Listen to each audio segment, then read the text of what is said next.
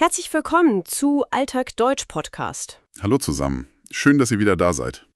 Ja, auch von mir ein ganz herzliches Willkommen. Schön, dass du heute wieder zuhörst. Genau, heute haben wir nämlich schon Tag 110. Wahnsinn, oder? Tag 110. Die Zeit vergeht echt schnell. Total schnell, ja. Und also das Thema heute ist wirklich super wichtig für unseren Alltag. Es geht um Medienkritik. Medienkritik, genau. Das klingt vielleicht im ersten Moment ein bisschen schwer. Ja, vielleicht ein bisschen wie in der Schule. Stimmt. Aber keine Angst, wir machen das ganz praktisch. Wir lernen heute 15 wichtige Wörter, die ihr wirklich jeden Tag im Alltag benutzen könnt. Richtig. Gerade wenn ihr Nachrichten lest, auf Social Media seid oder mit Freunden diskutiert. Genau. Und eine kleine Erinnerung für euch, versucht doch mal unsere Shadowing-Technik. Oh ja, das ist ein toller Tipp. Also, wenn wir ein neues Wort erklären, dann sprecht das Wort einfach laut nach. Sprecht mit uns zusammen. Das hilft total bei der Aussprache. Absolut. Das Gehirn merkt sich die Wörter so viel besser. Und noch etwas Wichtiges direkt am Anfang. Bleibt unbedingt bis zum Ende dieser Folge, denn dort hört ihr unsere Mini-Story. Genau. Wir haben eine kleine Geschichte geschrieben und da kommen alle 15 Worte aus der Folge noch einmal vor. So könnt ihr testen, ob ihr alles gut verstanden habt. Eine richtig gute Übung. Also, lasst uns direkt starten, oder? Ja, ich bin bereit. Legen wir los mit dem ersten Teil. Es geht um das Fundament von Nachrichten. Genau, das allererste Wort heute ist die Quelle. Die Quelle. Die englische Übersetzung dafür ist Source. Source, ja. Also die Quelle, das ist einfach der Ort, woher eine Information kommt. Zum Beispiel eine Zeitung, eine Webseite oder auch eine Person, die etwas erzählt hat. Richtig. Im Alltag sagen wir oft Sachen wie, man sollte immer die Quelle der Nachricht prüfen. Oh ja, das ist so wichtig.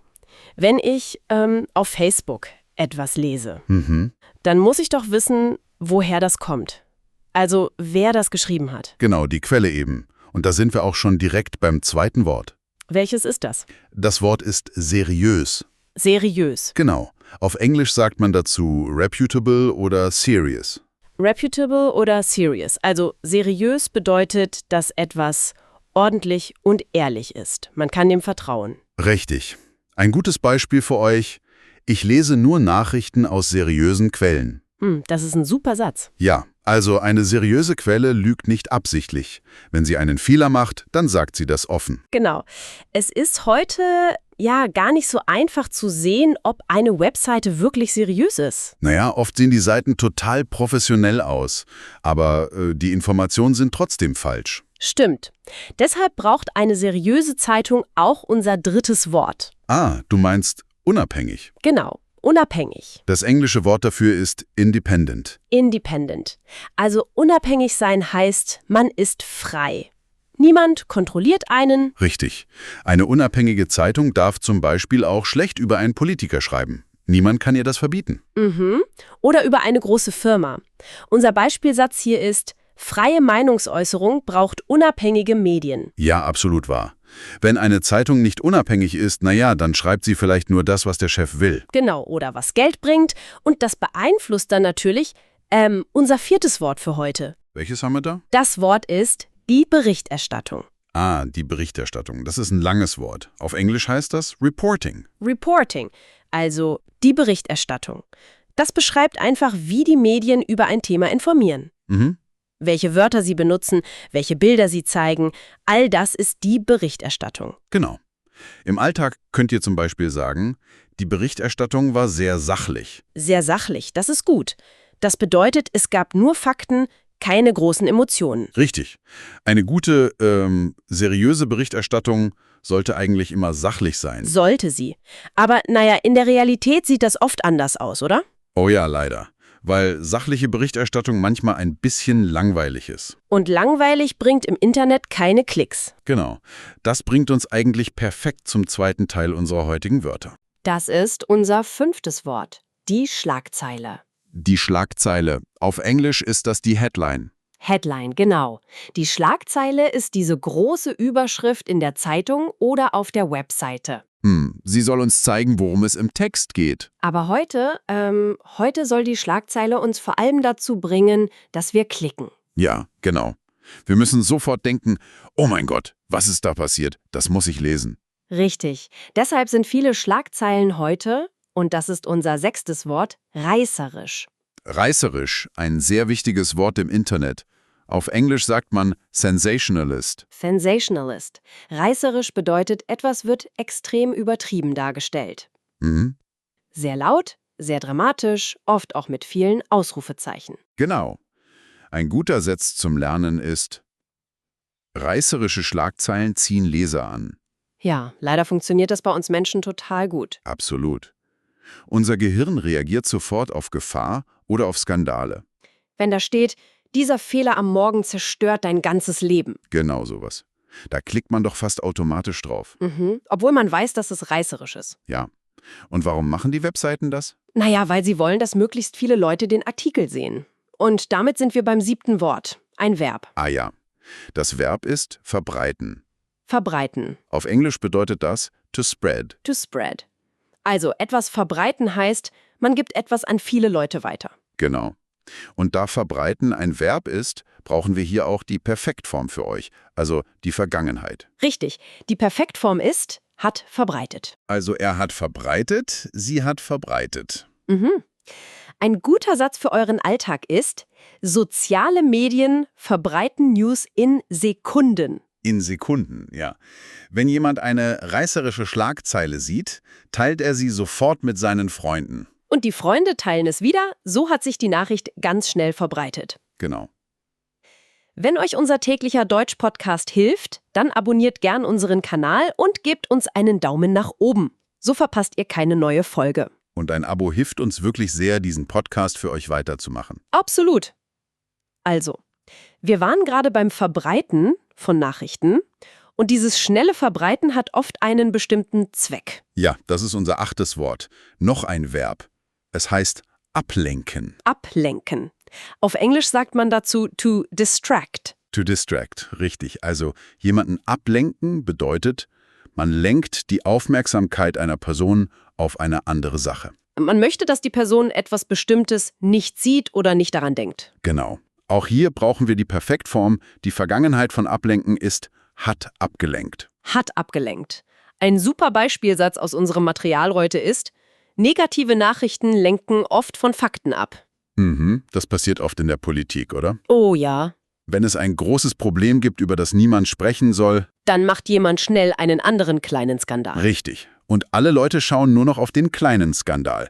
Sie sind abgelenkt. Genau, so funktioniert das. Das ist wirklich spannend, aber auch ein bisschen gefährlich. Und deshalb kommen wir jetzt zum 3. Teil unserer Wörterliste. Genau. Jetzt sprechen wir über die Qualität von Informationen. Was passiert, wenn alles immer nur schnell und reißerisch sein muss? Dann leidet die Qualität und das bringt uns zum 9. Wort. Oberflächlich. Oberflächlich. Das englische Wort dafür ist superficial. Superficial. Oberflächlich bedeutet, etwas ist nicht gründlich. Es gibt keine Details. Man kratzt quasi nur an der Oberfläche. Wenn ein Text oberflächlich ist, dann fehlt ganz viel wichtiger Kontext. Richtig. Ihr könnt zum Beispiel sagen, der Artikel ist mir zu oberflächlich geschrieben. Das sage ich oft, wenn ich so ganz kurze Posts im Internet lese. Man denkt, man hat das Thema verstanden, aber eigentlich fehlt die Hälfte. Genau. Und wenn Dinge weggelassen werden, dann wird eine Nachricht sehr schnell einseitig. Einseitig. Unser 10. Wort. Auf Englisch heißt das one-sided oder biased. Einseitig, unbiased. Also einseitig bedeutet, man zeigt nur eine Meinung, nur eine Sichtweise. Man sieht eben nur die eine Seite der Medaille, wie man auch Deutsch sagt. Genau, ein guter Beispielsatz. Die Darstellung des Problems war sehr einseitig. Ja, wenn eine Zeitung zum Beispiel nur mit den Chefs einer Firma spricht, aber nicht mit den Arbeitern. Dann ist der Artikel total einseitig. Richtig.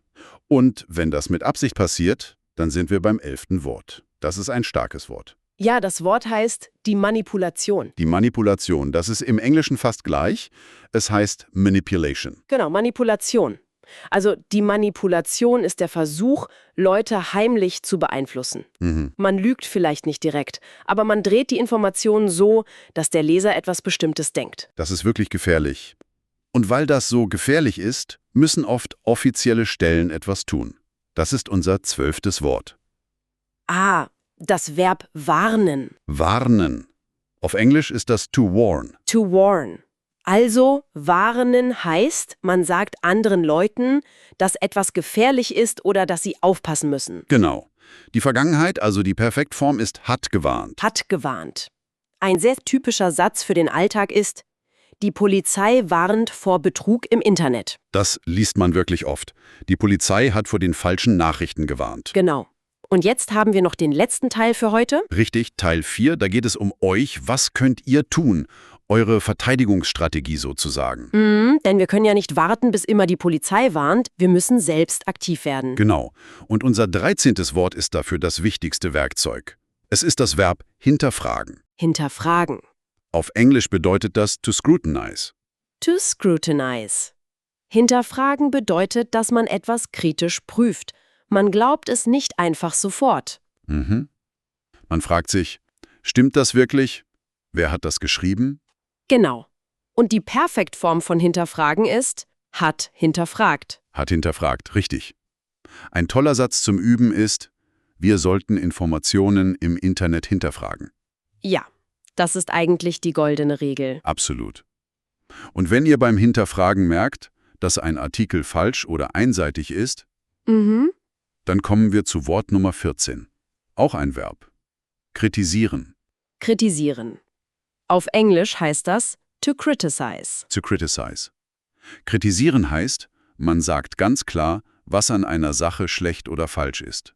Man zeigt die Fehler. Genau. Die Perfektform ist hat kritisiert. Hat kritisiert. Zum Beispiel, Experten kritisieren das neue Mediengesetz. Kritisieren ist nichts Schlechtes. Es ist wichtig für eine gesunde Gesellschaft, dass man Fehler anspricht. Richtig. Und all das, das Hinterfragen und Kritisieren machen wir wegen unserem 15. Wort. Oh, das ist ein großes Wort. Die Glaubwürdigkeit. Die Glaubwürdigkeit. Auf Englisch sagt man Credibility. Credibility. Die Glaubwürdigkeit bedeutet einfach, dass man einer Person oder einer Zeitung glauben und vertrauen kann. Genau.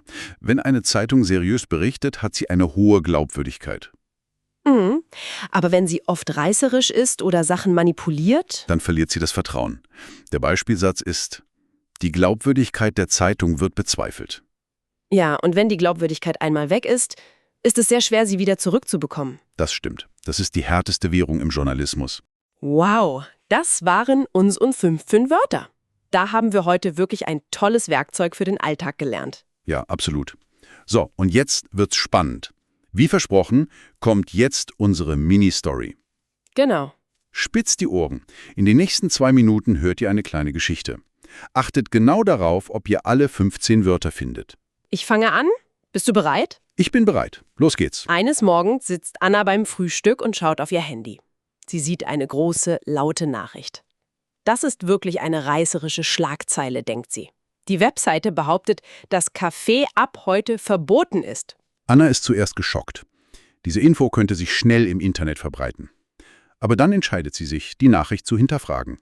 Sie schaut sich die Quelle des Artikels an. Die Webseite sieht sehr seriös aus. Anna sucht nach einer unabhängigen Zeitung, um die Informationen zu prüfen. Sie findet schnell heraus, dass die erste Webseite oft versucht, die Menschen zu manipulieren. Die Darstellung dort war völlig einseitig und der Text sehr oberflächlich geschrieben. Die Berichterstattung auf den guten Nachrichtenportalen ist ganz anders. Es gibt gar kein Verbot. Die falsche Nachricht sollte nur davon ablenken, dass die Webseite etwas verkaufen will. Das ist klare Manipulation. Schon am nächsten Tag kritisieren viele Experten diese falsche Meldung. Sogar der Verbraucherschutz warnt offiziell vor der falschen Seite. Anna lächelt. Sie weiß jetzt, dass die falsche Webseite überhaupt keine Glaubwürdigkeit hat.